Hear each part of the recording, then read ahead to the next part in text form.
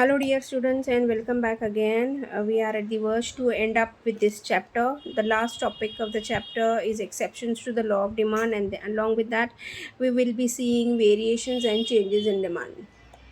Okay, so let's start with this exceptions to the law of demand. As her, you can see that every coin has its two sides. Like that, only law of demand has its assumptions. Along with the assumptions, there are certain exceptions, as you have seen for the law of DMU. So here you can see there are certain exceptions to the law of demand. It means that under exceptional circumstances, मतलब एक ऐसे cases जहाँ पर consumer buys more when the price of a commodity rises. So irrespective of the rise in price, consumer wants to buy more of it and buys less when the price of commodity falls. तो यहाँ पर direct relationship बता रहे हैं, यहाँ पर inverse relationship नहीं है between price and quantity demanded. So in such cases, demand curve slopes upwards. It slopes upwards from left to right. That is, the demand curve has a positive slope as shown in the figure. So you can see your exceptional demand curve. Y axis पर हम as usual price देख रहे हैं, x axis पर हमारा quantity demanded है, and you can see D D is equal to exceptional demand curve. This is nothing but exceptional demand curve which is moving upward rather than going downwards. You can see this. Okay, so what are the reasons? ऐसे क्या वजूहत है, क्या reasons है जिसकी वजह से demand curve ऊपर बढ़ता है instead of going down? 15 rupees to 10 rupees हो गया. विद दैट 5 रुपीज़ जो मेरे पास एक्स्ट्रा बच रहा है, that is nothing but my purchasing power. That is, my real income has increased. They prefer to buy superior goods like meat. So by adding more money to it, we can the people can buy better commodities rather than buying bread at a low price. This is known as Giffen's paradox. Okay, this situation is known as Giffen's paradox. Earlier, we had learned paradox of value in chapter 2, which means or which indicates the difference between value in use and value in exchange. So there are two different things like paradox of value and Giffen's paradox. Students usually get confused with respect to what is paradox of value and what is Giffen's paradox. Giffen's paradox में आपने inferior goods दिखाने हैं, और paradox of value में you have to discuss about the difference between value in use and value in exchange. Then we have second exception to the law of demand is prestige goods. यानी ऐसे expensive goods जैसे like diamond, gold, etc. These goods are actually being utilized for, being used for status symbol. Status दिखाने के लिए लोग जो है उसको खरीदते हैं. So rich people buy more of it, and obviously it is a status symbol for rich people. They buy more of it even when their prices are high. So they doesn't bother for a rise in price, little or more, that doesn't matter for them because they are rich enough to buy the costly commodities. Okay, so this is the second exception to the law of demand. Third exception to the law of demand is the speculations. Like लोग जो है आगे क्या होगा, आगे का सोचकर जो है they either changes their demand pattern, like they में इंक्रीज इट और दे में डिक्रीज इट. लाइक आगे अगर ऐसा लगता है कि आगे चलकर आजकल में जो है वन पर्टिकुलर कमोडिटी जो आज बहुत महंगी मिल रही है वो आगे चलकर सस्ती हो जाएगी, तो आज हम उसको कम खरीदेंगे. और ऐसी सिचुएशन आती है, ऐसे लगता है कि आगे चलकर आज जो मैं बहुत महंगा खरीद रही हूँ, कल परसों में उसका दाम कम हो जाएगा, तो मैं आज उसको कम खरीदूंगी. That way speculations. The law of demand does not hold true when people expect, when they expect prices to rise still further. In this case, although the prices have risen today, consumers will demand more in anticipation of further rise in price. Okay तो ऐसे लगेगा कि आगे चलकर और अगर इस चीज़ का दाम बढ़ रहा है तो now right now I shouldn't I store more of it. So this is the case more specifically can be seen during festivities like Diwali, Eid वगैरह में prices of oil, sugar etc. tend to rise before Diwali. So people go on purchasing more at a high price as they anticipate that prices may rise during Diwali. तो उन्हें लगता है कि दिवाली में और ज़्यादा महंगाई हो जाएगी, तो इसके लिए शुरू में ही उसका जो है स्टॉक करके रख लें. Then a fourth exception to the law of demand is price illusion. Usually हमारे जहन में यही होता है कि महंगी चीज़ है, ब्रांडेड चीज़ है तो अच्छी है, तो कीपिंग दैट इन माइंड हम महंगी चीज़ और ब्रांडेड चीज़ खरीद लेते हैं irrelevant of the whatever is the price. Okay, so in this case also the demand curve moves upward. Consumers have an illusion that high priced goods, है ना, महंगी चीज़ जो है are of better quality, therefore the demand for such goods tend to increase with a rise in their prices. ठीक है, तो इनका demand जो है बढ़ता रहता है. For example branded products which are expensive are demanded even at a high price. Then we have next exception to the law of demand is ignorance. Sometimes due to ignorance people buy more of a commodity at high price. यानी आसपास में जो चीज़ हम खरीद रहे हैं महंगे दाम में, वो हमारे आसपास में या कहीं थोड़ी दूरी पर जो है सस्ते में मिल जाएगी, लेकिन हम उसके बारे में हमें उसका आइडिया नहीं रहता है, we are not aware of it, तो हम महंगा खरीद लेते हैं. This may happen when consumer is ignorant about the price of that commodity at other places. Okay, then next the last exception to the law of demand is habitual goods. ऐसी चीज़ें जिन्हें हम यूज़ किए बगैर रह ही नहीं सकते, तो चाहे वो महंगी भी मिले तो भी लोग उसको खरीदते हैं. Due to a habit of consumption, certain goods like tea is purchased in required quantities even at a higher price. Okay, तो बिना चाय के हमें चलेगा नहीं, तो इसलिए जो भी प्राइस है प्रिवेलिंग उस पर हम ज़्यादा स्टोर करके रख लेते हैं. So these are the 6 exceptions to the law of demand which may come for 4 marks, which may been asked for 4 marks और for 8 marks आंसर में भी आता है, एक पार्ट बन करके आता है. I will show you at the end of a lesson कि where you can get this question.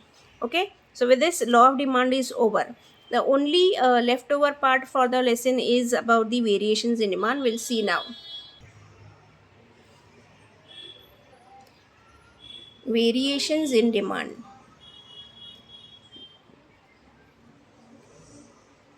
Variation is basically of two types.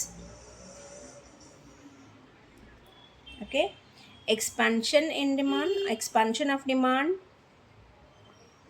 expansion of demand और contraction of demand.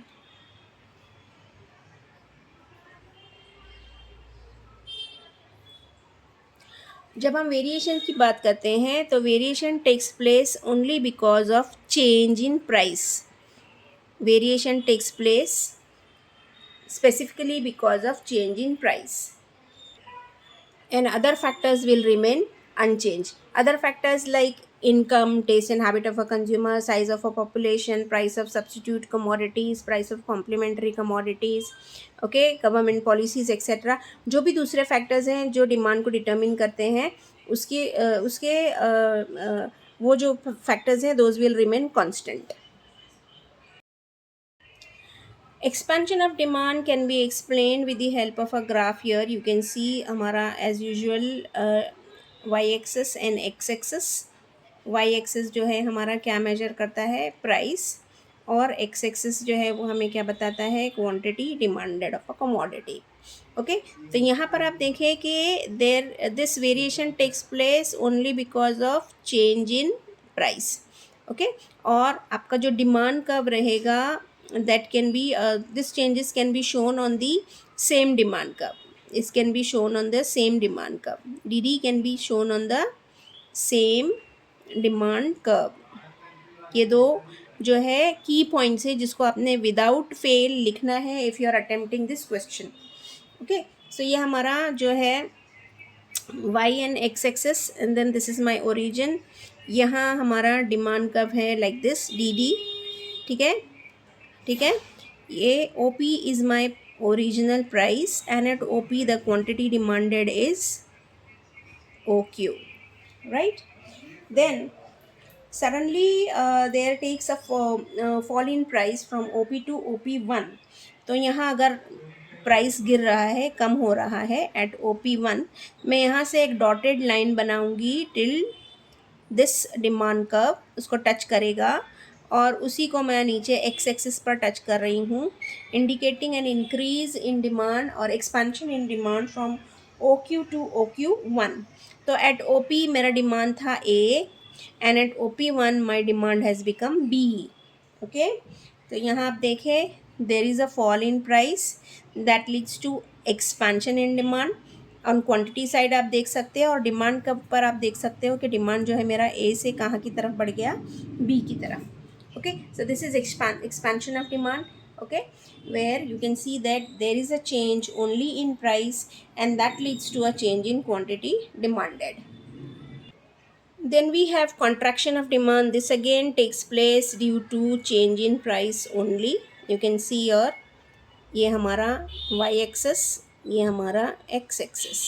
This is my 0. Here I'm measuring price and here I'm showing you the quantity demanded. Okay, this is my DD curve. All right, ठीक है. तो demand curve में हमारा original price कहाँ पर है?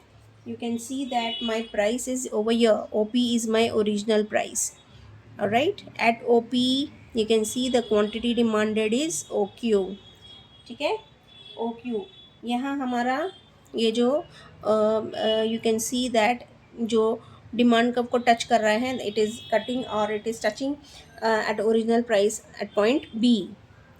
Then there is an increase in price from OP से OP2. यहाँ पर OP2, तो मैं यहाँ से डॉटेड लाइन ले जा करके D2 पर DD डिमांड कर्व पर टच करूँगी, इंडिकेटिंग पॉइंट A और एंड देन आप देखिए कि क्वांटिटी डिमांडेड भी कम हो रहा है फ्रॉम OQ से OQ2. तो ये देखिए there is an increase in price that leads to contraction in demand from B to A. फिर से वापस कम हो गया. ठीक है, तो these are the two types of variations: expansion of demand and contraction of demand. This is basically been asked for 2 marks under distinguish between the followings. Otherwise identify and explain the concept. ठीक है, फिर हमारे पास दूसरा topic है, वो है changes in demand. Changes in demand. Changes in demand again is of 2 types: increase in demand and decrease in demand. Okay, increase in demand and decrease in demand.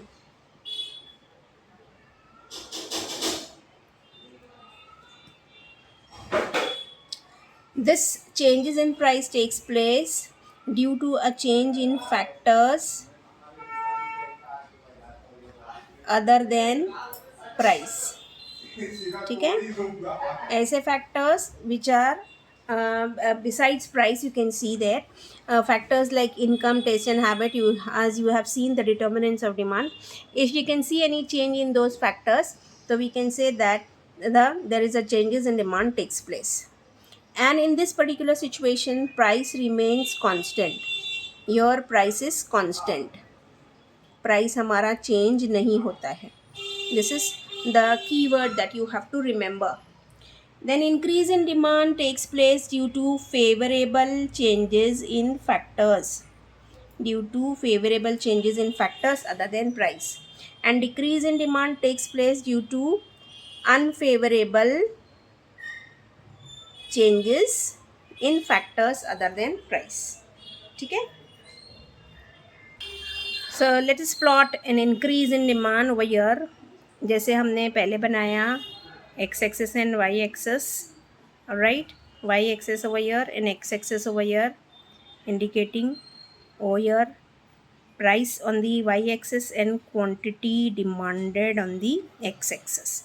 अब यहाँ पर क्या होगा कि हमारा price is going to remain same. Then increase in demand takes place due to favorable changes in factors other than price. तो यहाँ हम देखें एक ओरिजिनल डिमांड कर्व बना रहे हैं. ठीक है, OP is my price and at OP quantity demanded is OQ. Okay, quantity demanded is OQ. ठीक है, तो अगर जो है अगर कोई चेंजेस आ रहे हैं with respect to income and taste of a consumer, taste and habit of a consumer, size of a population, prices of substitute commodities, prices of complementary commodities, तो हमारा डिमांड कर्व जो है शिफ्ट हो जाएगा towards the right hand side. You can see यहाँ पर हम demand curve नया बना रहे हैं D1 और हमारा प्राइस यहाँ पर हम एक्सटेंड कर रहे हैं क्योंकि प्राइस हमारा क्या है, कांस्टेंट है। तो इन दिस केस यहाँ से हम प्राइस को नीचे एक्स एक्सिस पर लाकर क्वांटिटी दिखाएंगे OQ1। ये देखें आपका जो है क्वांटिटी डिमांडेड बढ़ गया है। पहले डिमांड हमारा जो प्राइस को कट कर रहा था at point A, and then with an increase you can see it has shifted to B. Okay, so this change has taken place, this increase has taken place due to favorable changes in factors other than price. Then we will see decrease in price, that takes place due to unfavorable changes in factors other than price. Okay, यानी कि income consumer की बड़ी नहीं है, या फिर you can see that prices of substitute commodities are not stable, something ऐसा जो कंज्यूमर के फेवर में नहीं है, कंज्यूमर को कोई फ़ायदा नहीं पहुंचा रहा है। तो in this case quantity demanded जो है हमारी कम होती है। ठीक है, this is my demand curve, original demand curve, and here I have OP। Okay, price at OP, quantity demanded is over here, this is my demand curve. तो unfavourable changes हो रहे हैं, इसके लिए डिमांड जो है कम हो गया, that is it has shifted towards the left hand side of the original demand curve D1 और जहाँ ये प्राइस को कट कर रहा है डिमांड कर्व, उसको मैं नीचे तक लेकर के आऊँगी till x। तो ये मेरा हो जाएगा आपका, उसको D2 कर दो क्योंकि सेकेंड पोजीशन है ना, D2 and then this will become OQ2। ठीक है, तो ये देखिए आपका डिमांड जो है कम हो गया, indicating leftward shift towards the original from the original demand curve. ये हमारा A था और ये हमारा B, यहाँ से यहाँ हमारा डिमांड जो है शिफ्ट हो गया। Okay, so you can see your increase in demand and decrease in demand which is taking place due to changes in factors other than price. In this case price is remaining constant. Increased demand takes place due to favorable changes in factors other than price, and decrease in demand takes place due to unfavorable changes in factors other than price. So with this my entire chapter is over. Then we have to see the exercise or activity based questions given on in your textbook, page number 26. You can see question number 5, observe the following table and answer the following questions.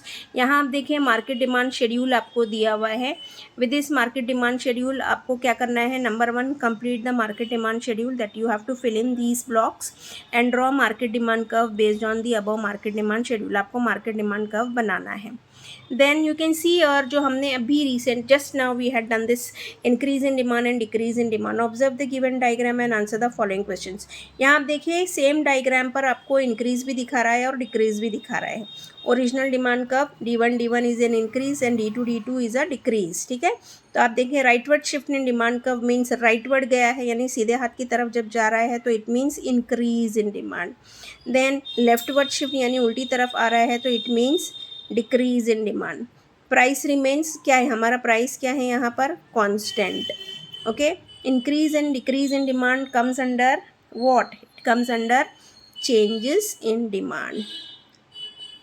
ठीक है, इस तरह से आपको यहाँ पर 4 marks मिल जाते हैं। सिर्फ ये 4 वर्ड लिखने के लिए आपको 4 मार्क्स मिलते हैं। You need to practise it thoroughly. Okay, then you can see और explain the diagrams. 2 diagrams are given to you, A and B. यहाँ आप देखें ये हमने किया एक्सपेंशन और ये हमने किया कॉन्ट्रैक्शन। A से B पर आया, B से A पर गया। ठीक है, तो यहाँ आप देखें diagram A and diagram B, ध्यान रखिए लेबल किया हुआ है डायग्राम A और diagram B। Diagram A represents what? It represents expansion in demand. What does it represent? It represents expansion in demand. Then in diagram A, movement of demand curve is in downward direction. Movement of demand curve is in downward direction, नीचे की तरफ जा रहा है ना। Then diagram B represents contraction, क्योंकि demand ऊपर जा रहा है, and the movement of the demand curve is upward. तो ये 4 वर्ड लिखने के लिए आपको 4 मार्क्स मिलते हैं। You simply have to observe the diagram carefully and then write down the answers. Then you can see explain, state and explain the law of demand with its exceptions. तो यहाँ देखिए 1 marks आपको introduction और statement लिखने के लिए मिलेगा, 2 marks schedule और diagram with explanation, then schedule with explanation and 2 marks for diagram with explanation, यानी ये 3 चीज़ लिखकर आपको मिलेगा 5 मार्क्स। और जो एक्सेप्शन वाला पार्ट है जो हमने अभी किया उसके लिए 3 मार्क्स मिलते हैं। You have to write down all the 6 exceptions in order to explain it more clearly, ठीक है। और ये जो जो हमने डायग्राम बनाए हैं, ये जैसे आपने देखा एक ही डायग्राम में सम अप किया गया है, उसी तरह से इस डायग्राम को भी एक ही ग्राफ में जो है सम अप कर सकते हैं, यानी आप एक ही ग्राफ में बना सकते हो expansion and contraction. I will show you just now. Here you can see that मैं वाई एक्सेस एक्स एक्सेस बनाऊंगी पहले, ठीक है। Y axis X axis, Y पर प्राइस और यहाँ पर quantity demanded that is at O. Then मैं बनाऊंगी एक डिमांड कर्व इस तरह से, ठीक है। यहाँ आप देखें ये मेरा डिमांड कर्व है इस तरह से।